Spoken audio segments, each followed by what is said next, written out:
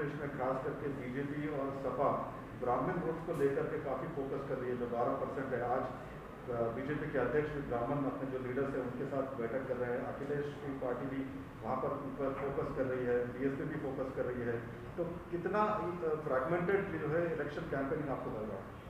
नहीं, फ्रैगमेंटेड नहीं है।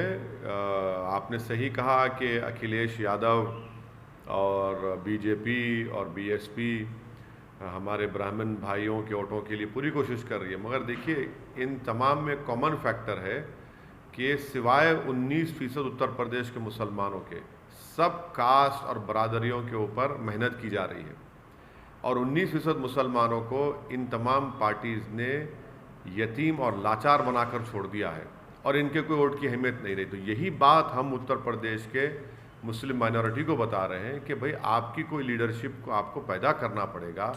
आपकी वोट की अहमियत उस वक्त लोगों को मालूम होगी जब आप अपनी लीडरशिप को बनाएंगे। जो ये पॉलिटिकल पार्टीज़ कभी भी इस बात को मानने के लिए तैयार नहीं, ना इस चीज़ की कोशिश करेंगे कि उत्तर प्रदेश के 19% मुसलमानों को उनका हिस्सा मिले और उनकी एक लीडरशिप बने। उनके दरमियान में से एक नहीं बल्कि कई नेता निकले जो मुस्लिम माइनॉरिटी के जस्टिस के लिए काम कर सके।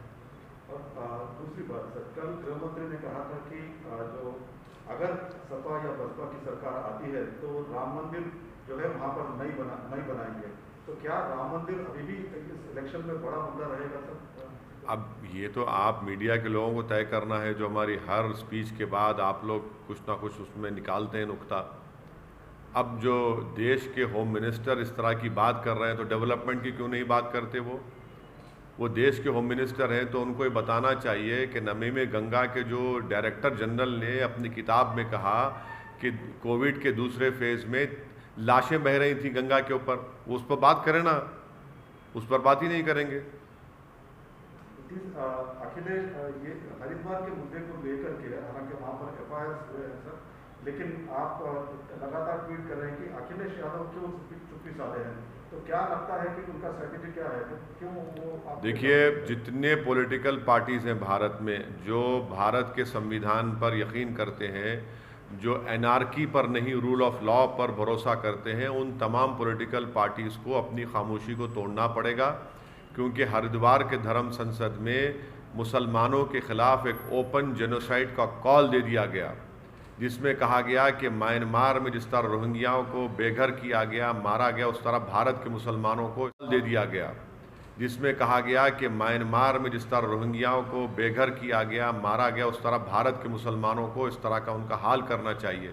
अगर समाजवादी पार्टी वहाँ पर 70 सीट पर चुनाव लड़ेगी, कांग्रेस वहाँ पर अपना गवर्नमेंट बनाने की बात कर रही है, मनमोहन सिंह को गोली से मारने की बात कही गई जो देश के एक्स प्राइम मिनिस्टर हैं, तो इस पर भी आप रिएक्ट नहीं करें। कब रिएक्ट करेंगे?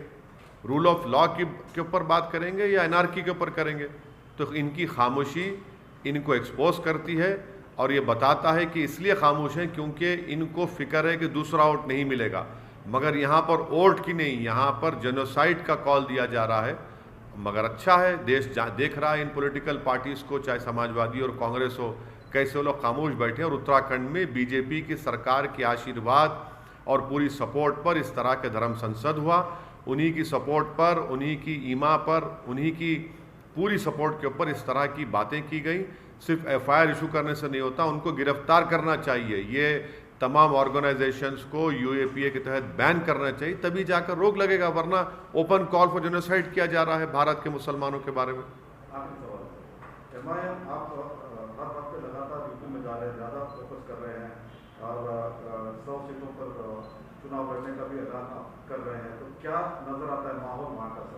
देखिए, जहाँ तक मेरी बात है, मैं अपने तमाम पार्टी के जिम्मेदारों के साथ, पार्टी के अरकान कार्यकर्ता के साथ, हम सब लोग मिलकर मेहनत कर रहे हैं। हमारे हाथ में मेहनत करना है, जुस्तजू करना है, अच्छे फैसले लेना है। आगे इंशाअल्लाह ताला अल्लाह सुब्हाना व तआला उत्तर प्रदेश की जनता के दिलों में मोहब्बत डालेगा और वो वोट में तब्दील होगा। हम सबसे मुलाकात कर रहे हैं।